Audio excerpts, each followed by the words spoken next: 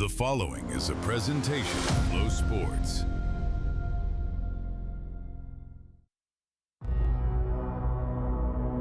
Tulsa in January. Inside this expo center, dirt racing reaches its purest form. Since 1987, the Chili Bowl Nationals have been the proving ground where every motorsports discipline meets and only one driver leaves with a golden driller. 350 plus cars, one building, and no margin for error. This is the 2026 Chili Bowl Nationals, powered by NOS Energy Drink.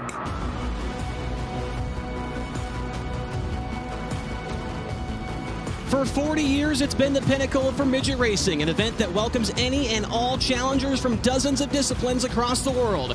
Located inside the 350,000 square foot SageNet Center here in Tulsa, Oklahoma, it's the 40th edition of the Chili Bowl Midget Nationals, and it is hotter than ever. The 2026 race boasts an astounding and record-breaking 404 entries spread across 5 exciting prelim nights. The pursuit of a coveted golden driller begins tonight. Welcome to the Chili's Grill and Bar pre-race show located just outside of turns 3 and 4 here at Expo Raceway. I am Chase Rodman, joined alongside 6-time Chili Bowler and former voice of USAC Tony Laporta, and the 20-time Chili Bowl attendant and Walkapedia himself, Brian Walker. Guys, it is so exciting to be back here inside the Expo Raceway. I know you guys were both here 2 weeks ago, but it's Chili Bowl time. 404 entries. This is going to be incredible. Yeah, Chase, being here 2 weeks ago for the 41st running of the Hyper Racing Tulsa Shootout, I mean, that's a huge event, right? But everything changes when the micros move out, the pits expand, the lanes get a little bit wider, there's fewer trailers, but there's a lot bigger names here. It's the 40th annual running of the Chili Bowl Nationals, and this event, you nailed it in that opening read right there. This event is unlike any other. It's the most diverse event, I feel like, in all of North American motorsports, and you can feel it. It's day one, it's night one, it's Monday here at the Expo, and man, it is electric, and you can tell people are ready to get going. Yeah, I wasn't here last year, and just walking into the building again, there's just an aura around this building, Brian, and you know it more than all of us. Probably you've been here 20 times. You're a native of Oklahoma. Obviously, you've seen so many Chili Bowls, but it's great to have you on this pre-race show because you add so many different elements to it with the statistics and everything, and we're excited to hear what you have to say during this show, and I know you're pretty excited as well. Yeah, I'm just excited to get the entire week underway. This is my favorite week of the year. It's just about surviving those other 51 to get to this one in Tulsa in January. I mean, just looking at the shot, it's only Monday, and it's so cool having the entire pit area behind us. It's going to be jam-packed come, I mean, really Thursday, Friday, Saturday. Yep. You know, like you said, it's hotter than ever, and I think we're going to see it all week long. Yeah, it's hotter than ever, just like in the old R-Factor game. We are ready to get after it here tonight. Here is a list, the schedule of events that you're going to be seeing here this evening. Of course, we'll be starting things off with hot laps here tonight for the 69 nice entries that are here on Monday night. Heat races are going to have between 8 to 10 of those, each of them 8 laps in distance. And of course, remember, you're going for the passing points. The top 40 in points after the heat races will go to the qualifiers. And don't forget, we have 2 features here tonight with the Race of Champions, which features the most drivers we've ever seen in a Race of Champions event here tonight. I don't think we're going to have D mains tonight, but there will be some C mains, 12 laps, top 4 to the B. We'll have the qualifiers after those C mains, very, very important qualifiers. After those, the top 16 in points will go to the feature. We'll have the Race of Champions, 2 B mains, and 30 laps of feature action, Brian, where the top 2 will lock in. It used to be the podium, but now it's down to just 2 guys. Yeah, I think one thing you always look at every year when we have the Race of Champions on this preview night is guys doing double duty, because that extra track time is so valuable. I believe off the top of my head, you have Kyle Larson, obviously, Cannon McIntosh, and I think Shane Golobic. Yeah. I want to say it's just those 3 that are doing both tonight. And I mean, you get an extra hot lap session, you get to qualify, and then 25 laps on track before your 30 lap, all important top 2 lock-in A main. So that's what I really look for, is how those 3 do in the Race of Champions. Yeah, the Race of Champions also important for guys that are coming into this building that don't have much midget experience. We know that Ricky Thornton Jr. will be in that race. Jesse Love will be in that race. A couple of NASCAR guys will be in there as well. They don't run tonight, but those laps will be extremely crucial to those guys, Tony. Yeah, it's just like an extra round of practice, a couple rounds of practice, because they're going to hot lap qualify and then go out on track to race. But to Brian's point, Shane Golobic mentioned it in the Monday press conference after running on the podium here last year to Kyle Larson. He talked about if he would have had those extra laps during the Race of Champions, like Kyle, like Cannon got, he expressed pretty vocally during that press conference, he feels like they would have been a lot better off at the Matt Wood Racing stable for when they got to that A feature in the preliminary night on Monday. So don't get it, don't get it twisted. The drivers here know how important that Race of Champions is, and they know how important it is, especially if they're not in it. We mentioned there's 24 guys in that Race of Champions. The rest of the 400 plus are wishing they were to get those extra laps in, of course. Let's take a look at some of the notable entries for tonight. We know that this Monday night has been dominated by two names over the last couple of years. Cannon McIntosh, of course, Tanner Carrick is a guy that's won 2 times on Monday, but Kyle Larson, of course, is the defending winner. But is it finally time for Sugar Shane to go to victory lane here inside the Expo Raceway? If you looked up a picture, or if you looked up the word bridesmaid in the dictionary, or consistency. Yeah. But I would say bridesmaid. Shane Golovich's car would pop up 5 times. He's ran second on a prelim night. Can that change here this evening there, Brian? It absolutely can change. It can change every single given year. Going back to Tony just brought this up about the press conference last year, Shane had an opportunity to just dump Kyle. Well, he talked about it. Like I have a note on that. Okay, but keep going. I mean, Shane's not that guy. That's what I'm saying. He's not that guy, pal. He's going to race you clean, and he'll take his second lock-in, but he can absolutely win. Every single one of those cars in the Matt Wood Racing Camp can win. They put 3 in the top 5 last year. He's coming back after his best run ever. Well, go ahead, Tony. Speaking of that team over there, Matt Wood Racing putting 3 in the top 5, Ryan Burnell just spoke to us, and he said, you can tell him this. He goes, had I known that the top 3 finishers in last year's Monday prelim would have gotten a lock into the Race of Champions, he goes, I would have hooked him and sent him around. I go, who's that? He goes, Shane. He goes, I would have spun Golovic to get into the Race of Champions tonight. And obviously, Ryan Burnell saying that in jest. Honestly, we're just happy he's okay. He went for a pretty big ride yesterday in practice on Sunday here inside the Expo. But, yeah, I mean, it cannot be overstated how beneficial that Race of Champions is. And it's a bolster to the event. Emmett Hahn knows what he's doing, putting that race on Monday. It helps those ticket sales. It gets everybody in here early, and it gives you even more reason to enjoy a nice, long week in Tulsa, Oklahoma. And there is a look at Ryan Burnell's car. Obviously, he is not racing tonight, but he talked to me about 20 minutes ago. He said they about changed every bolt-on part onto that Matt Wood Racing car, and so Burnell said he couldn't see straight for the rest of the day yesterday, but he should be fine for Thursday night. Now, it's the Chili's Grill and Bar pre-race show, of course. We got to talk about what is cooking for tonight. Obviously, there are so many storylines coming into this event. One of them just happened this morning. They unveiled a brand new trophy. The Golden Driller has gained about 12 inches of height, Brian.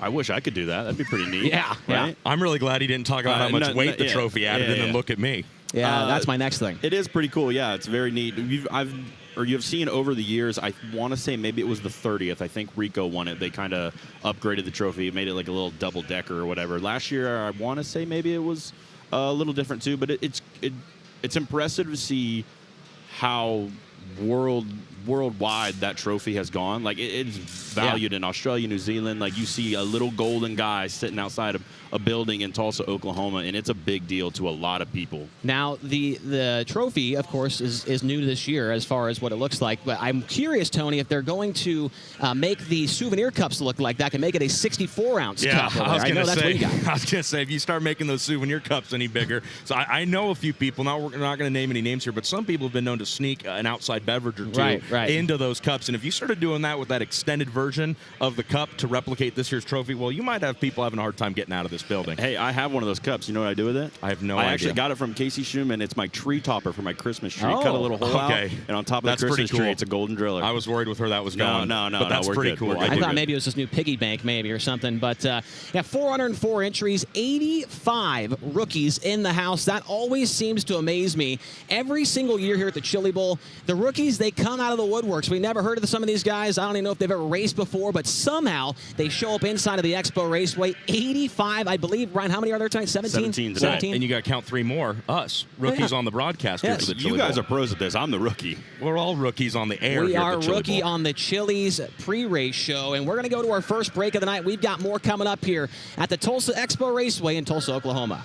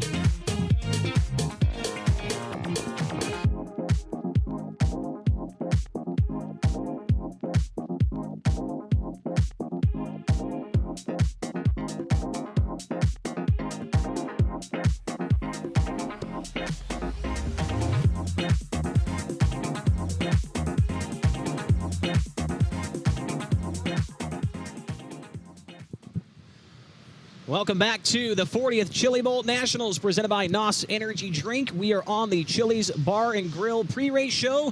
Chase Rodman, Brian Walker, and Tony Laporta. We are now joined by the defending Chili Bowl Nationals champion, Kyle Larson. Kyle, my first question for you, is your sleep schedule back to normal? Because mine is not. I've been waking up at 5 in the morning without failure every single day since Australia. Well, I have kids, so that's kind of a normal hour for me. So he's got cats. That is true. They wake me up. Yeah. No. He's probably got more cats than you've got kids. I do, as far as I know, at least. No, I mean, we were all on the same flight, but I guess I got to sit at the front, which helped me. Yeah, we never saw you on that start. flight. But yeah, no, I stayed up all night and then slept that pretty much the whole long flight back. Yeah. So I was good. I really didn't have any must issue. be nice. But yeah, no. Chase was handing out mints by the bathroom. We were so far back so there. You guys don't know. I almost missed that flight. We didn't see you after we got off the first one. We lost you. I went to the lounge thing, and I don't know. I assumed our flight was at like 2:30 or something, and it was. I think 1:30. Yeah. We lost our confusion. We lost our lounge pass. I came downstairs, I'm gonna go find the gate, and then I looked at the screen. It was like final call, and I was like, oh shit. So I had to go, which the gate wasn't where I thought it was. So I ran there like, oh yeah, you're the last person to get on. I was like, that would have been pretty embarrassing. Fast on track, fast in the airport. Kyle Larson. Yeah. No, I don't know about that. Well, it was a good time getting through the airport, of course. I had an acai bowl while we were there, so I was eating healthy at least. But Kyle, you got your heat race lineup here. How you thinking? How you liking it? You're starting 6th in heat race number 6. You like that? I don't know. I guess everybody gets so wrapped up in where you start and stuff. I just think that's job security for me. Yeah. He wouldn't have anything to tweet. I don't. Any spot, honestly, you're fine. You started on the pole one of the years. You won a driller. Guys start 8th. It doesn't matter. I mean, you just start, pull your heat, win it. Yeah. Nick Hoffman's in a great spot. Probably start 2nd or 3rd in your qualifier, win it, and you're still in the front 2 rows of the feature. So it's. I don't know. I think a lot of too much thought goes into it, but still, for me, Gary Taylor's in their name. I recognize. That's in Blade Kearns' pool. Is that the Cam Field you should choose? No, that's not. Okay. No. Okay. So Emilio Shrube, Hoover, I believe, is a he can rookie. Go good. Okay. Yeah. Andriotti, obviously, I just got to keep him behind me. The whole 4th row. Boxell's a good rookie. Is he? He's a good rookie. Contender for rookie. Yeah, This is so I kind of got to orientation. get a good start. Who's he? Dave I'm Collins. unfamiliar with Okay, Collins. well, hopefully he doesn't take off. Danger Dave. I get down. Yeah. But no, I don't know. The tough part. This is probably the most names in a heat race I feel like I've recognized in a while. So at least for me. So normally it's you line up, you're like, okay, who am I behind? How's their equipment look? You try and size them up in practice to see if they can hold a straight line or not, and then just pray, they don't run into you. Yeah, Guys like Michael Facino. He made you run the soup one year, right? Yeah, who's that guy? That was a long time ago. That's one thing about you, Kyle, I've always noticed is I feel like you are very good at knowing who these drivers are. You might not maybe the normal person doesn't really know who they are, but I feel like you have a pretty good grasp on who is who, whether it's in midgets or 410 sprint car racing. Whereas Brad Sweet, I've talked to him, he's like, I don't know who this guy is. I don't know who this guy is, but I feel like you have a pretty good idea of who people are. I would say normally outside of this building, but there's 400 people here, so and too, I don't know how many people are entered tonight. It is 69. Okay, nice. Yeah. And I would say half of them I wouldn't know or more probably. So. Yeah. It's just hard to keep up with everybody, and especially, you get, like, we race a lot, but you race with, like, the same guys kind of all year long, and even when you travel. So Chili Bowl's tough to keep up with. And then the shootout, You're even better at that one. Yeah. Like, who's this 11-year-old next to me? So. Hey, in the post-Monday press conference, I thought last year's prelim between you and Shane was very entertaining, very exciting to watch.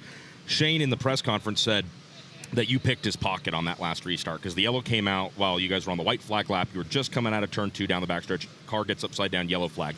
So I got to know, what goes into a successful pocket picking? Is that something you specialize in? How'd you learn to do it? What does Shane mean when he says you picked his pocket on that last restart? I don't know. I mean, I only was going to have 1 or 2 shots to probably get by him. So I remember, I was hopeful to get a good launch, like off of 4 and get some momentum down the front stretch to slide him, because I figured he would go to I was hopeful of 2 things. I was hopeful to be close enough to him into 1 to slide him there, or I was hoping he was going to slide himself, and then I could run the top and get the momentum to hopefully do something the next corner. And then, but yeah, I wasn't like close enough to him down the front stretch. He ran the top, and I kind of tucked in, and I was like, dang, that's not going to work. But I'm going to throw another one just to hopefully, I didn't even expect to clear him, and he was like gone from my sight. So then when I did clear him, like, okay, he must have got tight, which is what happened. But I don't know, the track was getting really technical at that point of the race, so it was hard to make consistent laps while pushing, while having somebody pressuring you. But yeah, I just kind of got lucky with the caution, and then was able to take advantage of it. Man, I could listen to you break down a race every day of the week, dude. You're amazing at that. Thanks. I want to break down your mindset next, get a little deep. I think you're the perfect guy to break it down in this entire building. It took you 13 years to get your first trailer, obviously, right? If you can, go back in time before you got that one in 2020. I think of guys like Dason Persley, Corey Day, Emerson Axum. I know Buddy's not here, Ryan Timms, guys who the world expects to be up there and probably eventually win a golden driller. And you were in that case. What was it like? Put yourself in their shoes now, walking into this building, knowing like you should be up there, but you're not there yet. Yeah, I think for me, I was always excited for Chili Bowl because, I felt like I could win, in a year.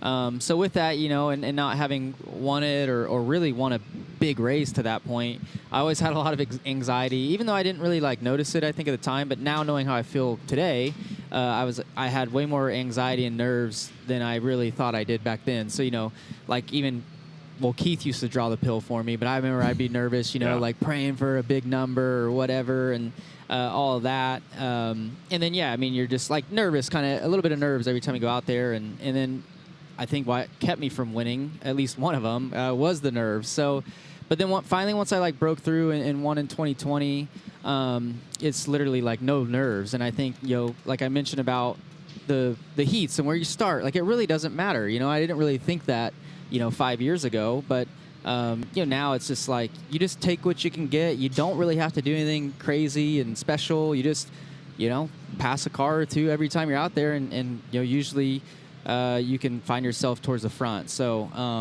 I would say now it's just no nerves, and it's made winning here again easier, and it's also made winning other big races much easier as well. What would you say the hype is right now around this event? Of course, 404 entries, the most ever by a pretty long shot. We know there's a bunch of TBAs on there that may not show up, but still, to have that number over 400, it feels like the hype for the Chili Bowl this year is maybe at an all-time high. At least I've been here, I think, 13 times, and I don't have a feeling like this before. What are your thoughts on that? Really? I don't know. I mean, if you want my opinion, I think it's too many. It's too many. It's too many. It's gotten too big as far as entrants go. Yeah. I think it's kind of thinned the prelim nights out. The prelim nights aren't as tough as what they used to be. So, in a way, it's great because you can talk about how big it is, how many cars are running. But we're maxed out, on fans, competitors, all of that. So trailers. Yeah, trailers, all of it, which is great. I'm complaining about something that's awesome, and I wouldn't even call it complaining, but because all of us promoters would love to have 400 cars and 25 I would love fans, 400 cars at Gold Cup. Brad would love that. So, but I think it's almost gotten too big. At times, it feels that way. But no, it's still an awesome event. I love coming here, and hopefully we can add a 4th. as you were at the pre-event press conference last year. It was you, Christopher Bell, Logan, Kevin Swindell, and Emmett, and a bunch of dignitaries from the city of Tulsa. You in that press conference talked about the sport's evolving and crew chiefs are becoming more important today than ever before. You've got a pretty good one in Paul Silva. Who are the other crew chiefs that make a massive impact on their drivers here, obviously, because that's what we're here to talk about, but just throughout the year? And this place is a bit of a, black magic, I feel like, to figure out who are the other crew chiefs that you feel bring a lot to the program here inside this building. In this building? Well, I mean, the list is short, really. I think obviously you got your, and I think it's hard to even know like who's crew chiefing all of Keith's cars, but like Keith, Bo, I don't know who else they have. But then, like Shane Golovic, does a really good job with his stuff. Chad Bode, obviously. Willie Kane, Tanner Thorson does a good job. Kevin Swindell, obviously, as well. I'm sure I'm missing some. But for 400 cars, I mean, there's probably 10 solid, crew chiefs that could prepare a car to go win. We just need Ricky Warner in here working on a midget. No, we don't. No, we don't. We selfishly don't need Ricky Warner in here. Well, Kyle, 404 cars, obviously. We mentioned that already. Real quick, who do you think is going to be your biggest challenger, of course, to go back-to-back again and win your fourth one? Is it Bell, or is it Dason, or is it Logan Seavey, or is it Shane Golovic? Who are you looking at the most on Saturday night to try and fend off? Yeah, I think Saturday, well, Buddy, I would have put Buddy towards the top, Yeah, I mean, Dason, obviously, he's done a really good job the last couple years. You can never count out Christopher. I'm curious to see how he's going to be in his own equipment, and I think he's doing his own setups and stuff. So Christopher, Tanner Thorson, Logan, Corey Day. I mean, I could go on. There's too many, right? I had to write notable names for Flo, and 55 was hard. There's still just good names here. Yeah, I mean, there's good ones, but there's 8 to 10 that could win. There's obviously always going to be somebody that, there's probably 55 that potentially could win, but there's 8 to 10 guys that should win. Yeah, it's going to be exciting to see who comes out on top on Saturday. We're starting things off here tonight on Monday, of course. That's Kyle Larson. He's going to start 6th in heat race number 6. He's a defending Chili Bowl champion. When we come back, we're going to hear about Brian Walker and his triple-dipping stats going into night 1 here at the Chili Bowl Midget Nationals. We'll have more after this break here on the Chili's Grill and Bar Pre-Race Show.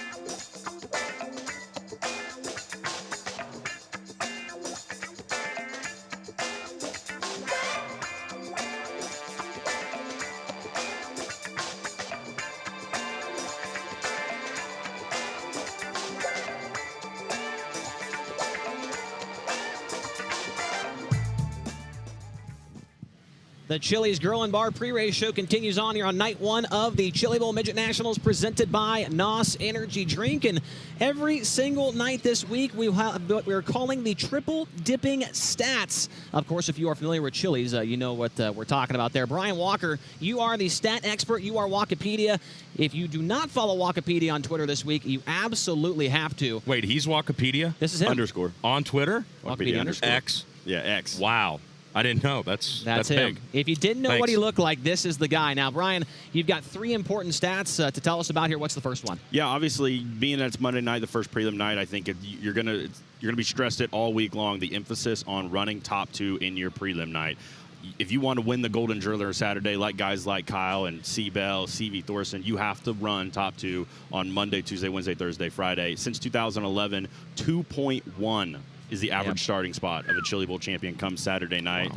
Wow. And it helps a little bit. We're going back to 55 laps this year, obviously. But even if you look at the entire history of the event, Donnie Beechler, in I believe it was 95, is the only person to ever not lock in and leave this place with a Golden Driller. So it's you got to run first or second every single night this week. I mean, that's what I heard from so many guys. I tried to conduct a few kind of pre-week of Chili Bowl phone calls with a bunch of different drivers who are competing, and I asked all of them, what's the hardest part about this event? And they said, if you do not lock in through your prelim night, you're buried. And honestly, even if you're, second place, you're going to be pretty high up there in the starting order for Saturday in that A main after however the pole shuffle goes. But every single driver I spoke to of the 8 or 10 said, you absolutely have to transfer in. Not that it's impossible, like you just said with Donnie Beechler, it can happen, and anything can happen in this building. But yes, if you do not lock in, your Saturday, whether it's even just the addition of a single B main, becomes a lot longer and a lot tougher to get through. Well, and it's become it's been even harder over the last couple of years with the,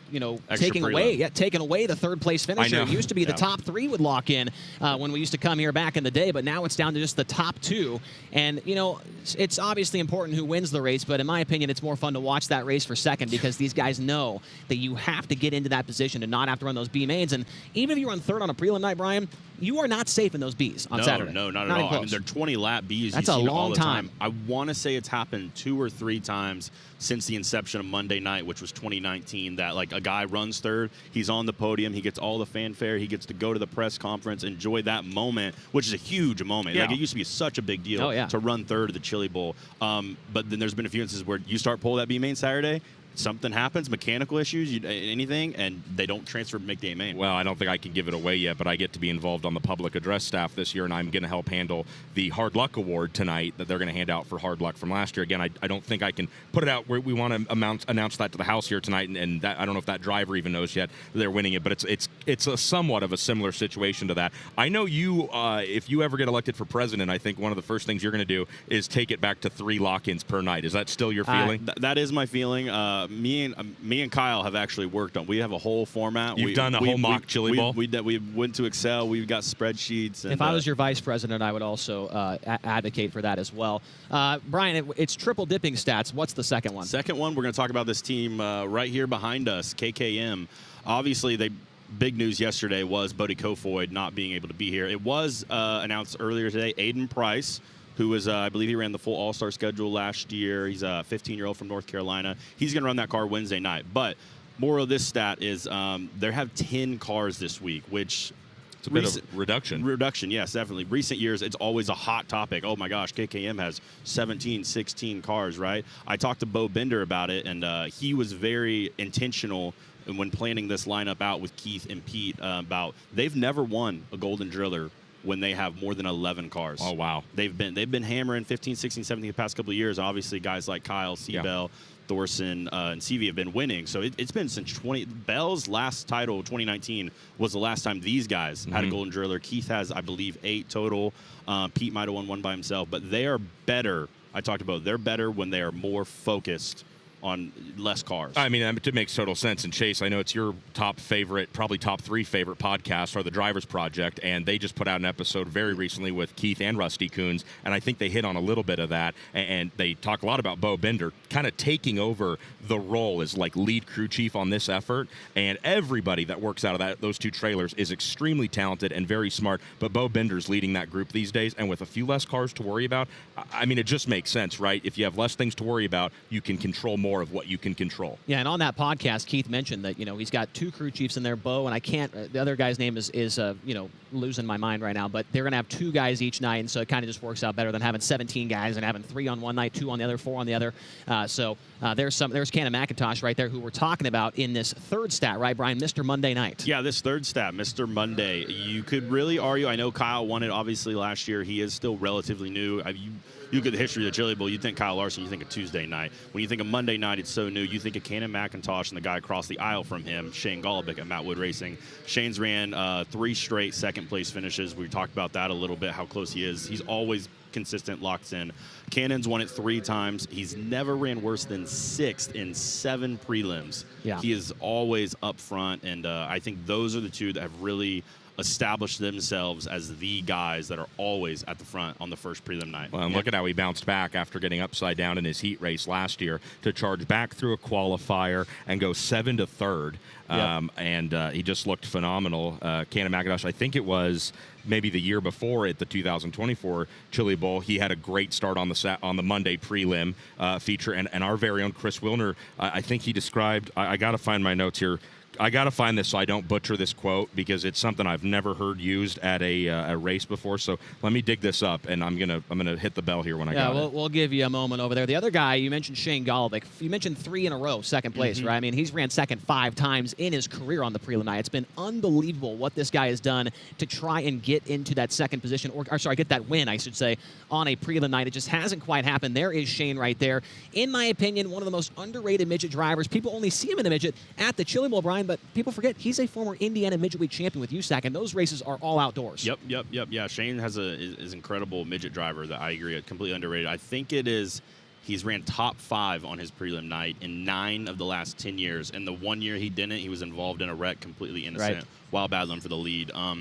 Yeah, no, it's remarkable what I think that entire team does every year. There was a couple years, basically every year now, they unload every car super fast every night. And they don't do this full time like KKM does, like Chad Boat does, like so many of these USAC Power Extreme teams. They're sprint car racers from California when they even can do that. They have jobs, but then they'll run the West Coast swing with USAC, but then they bring their outfit out here, and they're a contender every single night. I think Shane told me in a call he's run 3 midget races since last year's Chili Bowl. He's a sprint car guy through and through. I told him that on the phone. I said, when I think of you, I think of a sprint car guy. He goes, well, I'd prefer you to think of me as that 3 or 2 nights a year at most between Chili Bowls that he runs a midget. And I think even on Dirt Tracker's stat website, it shows him as tied for the most heat race wins in this building. I'm not sure, we need to go and confirm that, but it's on Dirt Tracker, and he does a great job of keeping all of his records. I did locate that stat because I do not want to misquote. We do not misquote here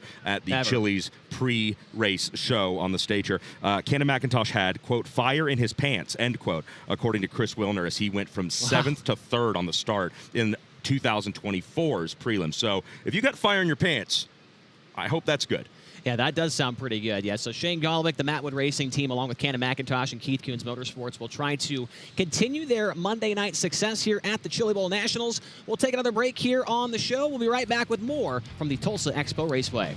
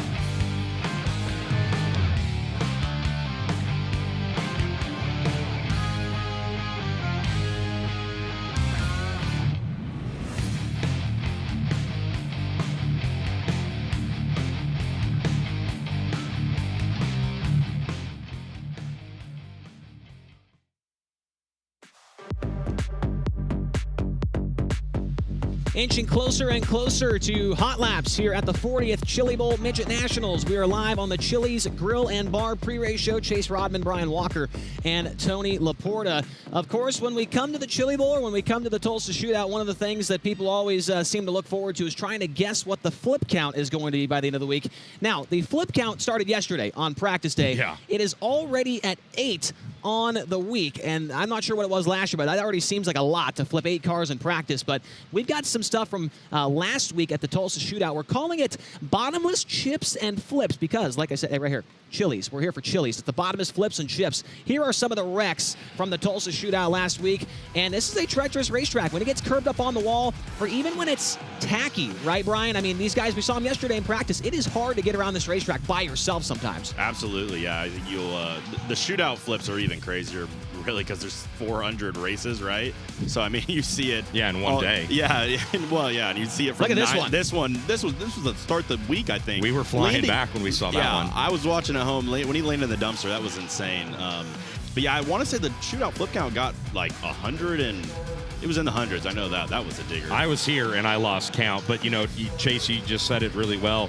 Whether it gets dry slick all the way up and guys go sliding up to the wall and bang off of it, or it's tacky and you got all that Superman speed, you're going to run into guys on a track this small, well, I mean, and that's what causes these accidents to happen. The perfect example was yesterday with Ryan Burnell. I mean, he locked into the show last year out of his prelim night and crashed on practice day all by himself by running up the back straightaway wall, which is a move that we see a lot of guys do to try and set themselves up getting into the corner. So, there's another one right there. You get put in the outside wall. That guy, I don't know who that was, but absolutely no fault of, I think it might have been Joey Amantia. I think it was. But no fault of his own there. He's just riding down the straightaway, and some guy fences him and goes for a ride. Joey Amantia brought a couple corn dogs and chicken on a stick up to Scotty and Brian Holbert and Mike Ward and I up in the PA booth that week. And I don't really know why. He said the PA booth said something that made him laugh. I got to the shootout late. I don't know what they said that made him laugh, but Joey Amantia is a friend of this announcer's when he brings food up to the booth. Yeah, we always appreciate some food. We actually got some more of that in Perth, Western Australia, Tony, with that crayfish.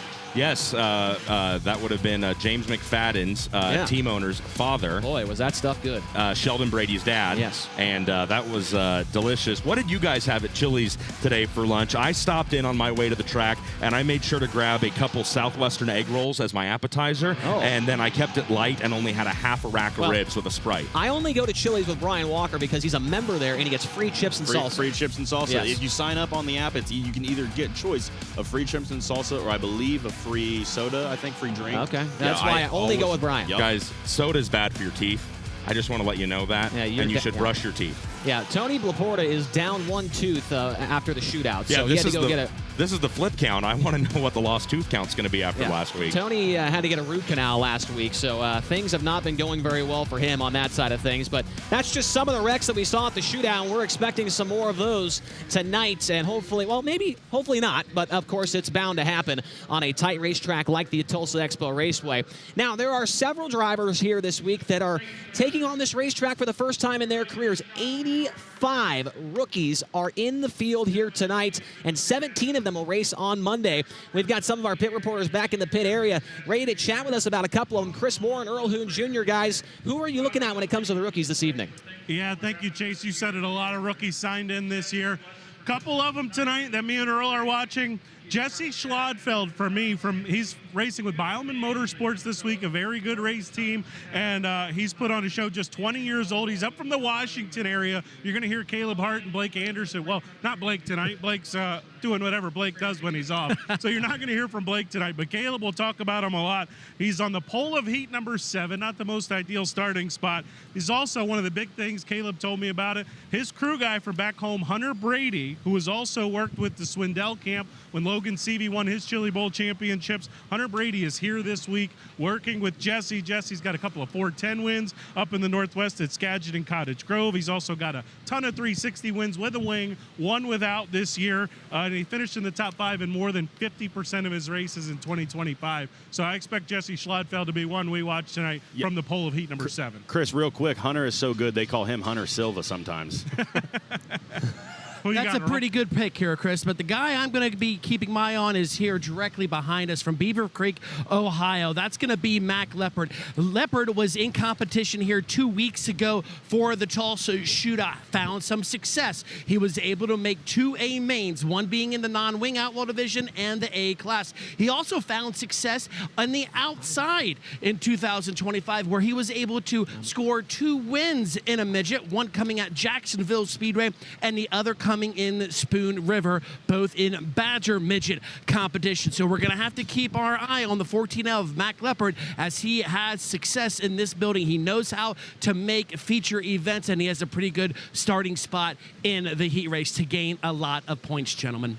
Thanks, guys. Leopard, Wait. that was Tony's nickname in high school. Okay, I was wondering why you wanted to get in there so quick. Earl, do you still have your mic on? I have a burning question for you. Go ahead, TLP. I mean, come on, man. Are you not feeling good after that Eagles loss Here last we night? go. Are you? There's no way you're telling me there's not a driver from Pennsylvania in this field tonight that you didn't want to talk about who's a rookie. Please tell me that there were a couple Pennsylvanians that you just didn't know about, because there's no way you just didn't go on this show and not bring up a driver from PA. I don't believe it. Well, you really had to bring up the Eagles game last night, didn't you, Tony? Yeah, Chris Moore, we're still sobbing up here in the pit area after a devastating loss, and the Eagles, well, pretty much we're done, right? Our NFL season's done. I have no time to watch any kind of football on Sundays. So, yeah, it's all about racing throughout the 2026 season. And, yeah, thanks for bringing up that, Tony. Yeah, no problem. I guess there's still no rookies from Pennsylvania, apparently. Okay. Incredible stuff, Earl. No, but speaking of neighbors from Pennsylvania, a neighboring state, Ohio, one I want to talk about, Jacob Boxell is running tonight. He's with the Ford Kings camp. I think he's absolutely a contender that can win the whole thing for Rookie of the Year this week. I have my eyes on him. Well, we've got cars making their way over to the staging lane, meaning we are getting very close to hot laps here at the Chili Bowl. Remember, today, the Chili's Chili Bowl Nationals pre- and post-race show is brought to you by Chili's and the Chili's 3 for Me. It's the best $10.99 meal you can eat. We'll have more after this break here on Flow. What's next?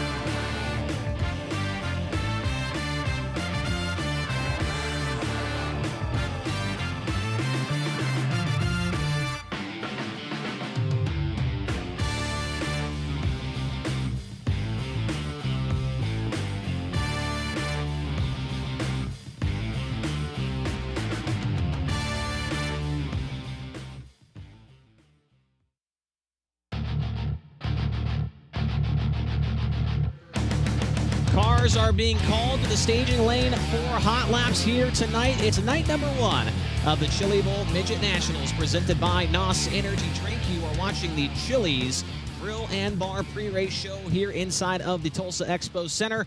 It's the SageNet Center inside the Tulsa Expo Raceway as I am Chase Rodman, Brian Walker, and Tony Laporta alongside. Guys, we've already talked about some of the heavy hitters going into tonight. Now let's take a look at some of the Monday night prelim winners from the past. We've already mentioned Cannon McIntosh. He's been super, super good here on this night along with Tanner Carrick, but you've got guys like Kyle Larson also on that screen. But one name seems to pop up a lot, and that is Cannon McIntosh. Yeah, which I want to real quick while we're looking at this, I think we need to give Tanner Carrick his flowers. We've really hit on Cannon, Shane, and Kyle all night. But like Tanner's won it twice. He's proven that he's a contender just like them, and he's going tonight again. It's Cannon and Tanner for Keith. You can't count him out. God, I love it when you give people their flowers. I know you're always quick to do that when we get in the rental car after a night at high limit. You're quick to pass out flowers, and that's what I love about you. That's why I follow Wikipedia on all social platforms. And I agree. I definitely think we've been sleeping on Tanner Carrick. When he's not racing, he's running TC Guide Services out of his home in Sacramento, California. If you want to go hunting or fishing out on the West Coast, Tanner Carrick can take care of you, and odds are he can take care of you when you come here to the Chili Bowl Nationals. Absolutely. He is going to be a factor, no doubt about it. Just people don't really think about him until he is running 4th with 3 laps to go here at the Chili Bowl Midget Nationals. And by the way, I reminded Logan Seavey earlier today, he still has never lost on Monday night. He has not. He is undefeated on Monday. He was the winner here back in 2019, the first Monday night that was a part of the Chili Bowl Midget Nationals. Now, we also have the Race of Champions going on tonight as well. I'd like to take a look at the past winners of that race. Of course, Christopher Bell got the win here last year. Logan Seavey's on the list. Spencer Baston. You got Justin Grant, Tanner Thorson. Chad Bode makes the list all the way back in 2018. And Kyle Larson has won that race as well. Of course, there is nothing that really, with the Race of Champions, it does not affect the week at all unless you do win, because you do get, as far as I've last checked, you do get a provisional into the feature. A couple years ago, you get a provisional next year's feature. Next year, yeah, okay. So it was a little wrinkle in the fold there, but so just in case Christopher doesn't make it out, he's yes, got that. I believe he would be able to start 25th. There's no direct correlation, obviously, right, between who ends up with the Golden Driller Saturday. I want to say, I know CV in 2024 obviously ended up going on to win the Driller. Before him, I believe it was either Sammy or Kevin way back in the early 2010s. So that's kind of, Bell talked about that in his interview last year, I was just going to say that. Yeah, so it's always a little interesting nugget to think about, but but regardless, it's a great race to watch on Monday night. Well, it puts you into a great spot again, because if you get those laps, no matter how you do in the Race of Champions, I think maybe it was last year, Tanner Carrick just used it as a test session, and he pulled off after 10 or so laps, and he just took it up the ramp. How you finish in the Race of Champions probably doesn't have that big of an impact on your week here at the Chili Bowl, but it kind of does in a microcosm way, because those laps in the Race of Champions set you up even better for the rest of this Monday prelim, and if you run really well in that Monday prelim, you're in a great spot for Saturday. So, that's a little bit of a fortune cookie logic there for you, but it does and it doesn't affect your week here in Tulsa. Yeah, some of the guys that are in that Race of Champions actually have second cars that they run just for that race. Cannon has one, I know that. Absolutely. So for some of these guys, they'll use their primary car. For some of them, use the backup car just in case something goes awry during the Race of Champions. Now,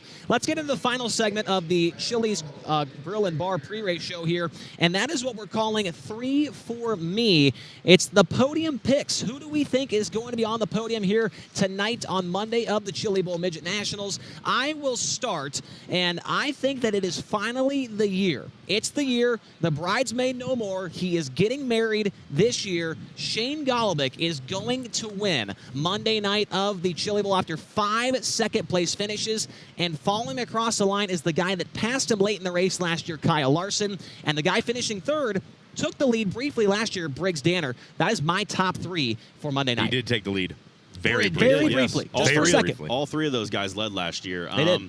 I'm going to be basic and take the podium from last year. Same order. Kyle Larson, he takes it away from Shane Golobic. Cannon McIntosh runs third. Wow. I know it's not exciting, but I'm looking for results, and I know those 3 will give me that. Kyle wins prelims. Hey, by the way. What, are you hired and employed by Kyle Larson or something? I voted for him to lose at the shootout, and I was right on that, so maybe I'll be right here too. Little nugget for you. If Kyle wins tonight, it would be the 9th preliminary win for him, Most all time. Yeah. Most all time. Well, when I go to Chili's, I don't get chicken nuggets. I get chicken crispers, and that's a bit of a chicken crisper for me right there. Are you taking Chase Randall for the win tonight? He's not racing. No, he's not racing, which is why that's the main reason I'm not taking him. Chase freaked out when I told him my original pick for the podium. He said, "You can't have the same 3 as me. It's 3 for me. It's Chili's. They're my 3. Don't take them." Well, 3 for me was my nickname in high school. I just want to get that out of the way. So many nicknames. Somebody start keeping track of these nicknames. My podium for the Monday night, I will echo you on one part of it, or maybe 2 parts of it here, Chase. I'm going to take Shane Golobic to get married again, because he's already been. He already got married. Yeah, he's already married. Yeah, his wife is here. He's married to his team owner's He's daughter. getting married to a driller. Just so you know, okay? He's getting married to a driller. Well, tonight. they don't hand out a driller tonight, but Yeah, you do. You get a little driller.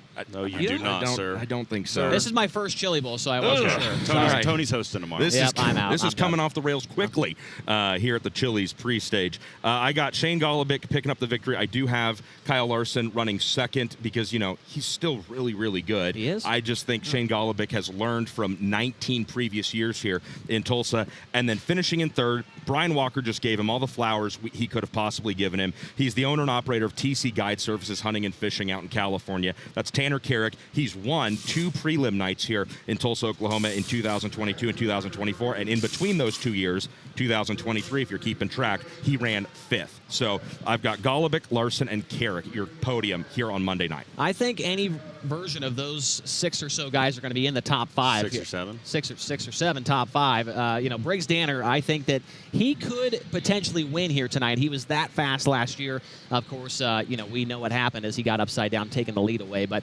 guys, we got cars rolling in behind us. They've been talking over the intercom. I'm jacked up, Chase. Are you? I am jacked up. I've got a water over here. I'm just like... I got my heat lineups up in the middle. Where I already had tell us what he was drinking. I had my Dutch Bros. It was the Mountain Dew. You get jacked up on Mountain Dew. You got really Talladega defensive Nights. about what you were drinking there. Well, Enjoy turn 2 tonight is all I can say. Yeah, we're gonna have some fun. Post-race show. Don't forget about the post-race show. We are going to be live right after the podium interviews here on the Chili's Grill and Bar show, or stage show, with Tyler Courtney. He will be on the show as well to debrief what happened on the racetrack, so don't miss that. We'll have interviews with drivers as well, so make sure to stay tuned for that. But for now, let's go down to the announcer's booth with our friends on the FloRacing broadcast, Caleb Hart, Chris Wilner, and I believe Clinton Boyles is down there as well. Chase Rodman, thank you very much. Appreciate you guys leading us into our coverage of the 40th annual Chili Bowl Nationals, powered by NOS Energy Drink. That's right, this booth and everybody in this arena powered by NOS all week long. Cars have rolled down to the raceway for our practice session for night number 1 of the Chili Bowl Nationals. Caleb Hart, Clinton Boyles, Chris Wilner in here with us. Guys, the defending champion goes tonight. Kyle Larson, fresh off a NASCAR championship, fresh off going to Australia and taking big bucks, back to defend the Chili Bowl Nationals title, and a whole host of others coming after him, looking to knock him off the throne. Yeah, absolutely. I mean, this is, of course, all eyes on Kyle Larson, but this Monday night prelim is certainly loaded. And Clinton, I know this is kind of the day that everybody looks forward to. It's Christmas Day. We had practice yesterday, 404 entries. I know you were part of it. You're going later in the week, but today is when we get to find out who the first 2 will be locking into Saturday. And, of course, we all are going to talk about Kyle, but certainly a lot more competitors there as well. Definitely. We just saw Kyle come off a loss at the Tulsa Shootout, and I could see that continuing into here. I mean, Kyle is absolutely the best of our generation, but there's a lot of talent throughout this entire field and a lot of guys that can knock him off of that top step. So there's some extra motivation here for Kyle at Chili Bowl, but these other guys are really hungry too. There's a big old target on his back. We look forward to seeing how it's going to play out. Cars have rolled down onto the racetrack. Practice about to kick off. We need to kick off our coverage here from the booth by sending things down pit side to Brian Ward.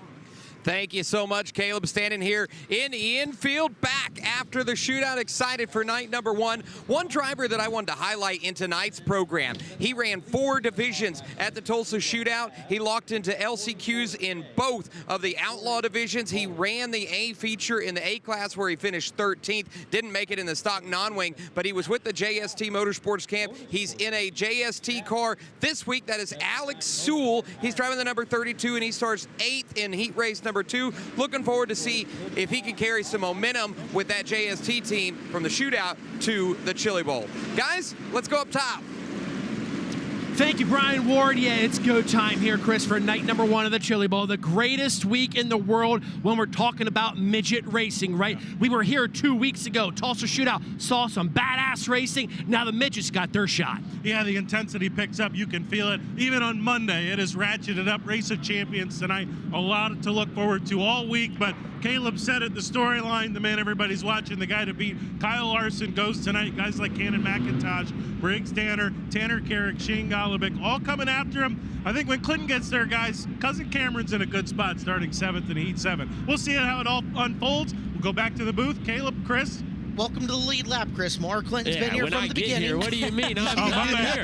My bad. I'm here. We're off They're chasing stories. It's we appreciate you. It is time. Looking forward to it. Our first session of Hasty Bake Hot Laps out on the Speedway now. Caleb getting this racetrack worked in. Again, we've got 9 heat races to kick off second opinion auto qualifying night, and this will be heat race 1 and 2 that'll get to roll this track. We crested 400 entries. 404 was the last count that I got on that one. 69 going tonight. We are expecting darn near 90 cars a night by Thursday, so that number is going to grow. It's going to swell. And here in Dirt Draft Hot Laps, round number 1, about ready to kick off. Of course, heat races 1 and 2 roll down the ramp for a group hot lap session. You might see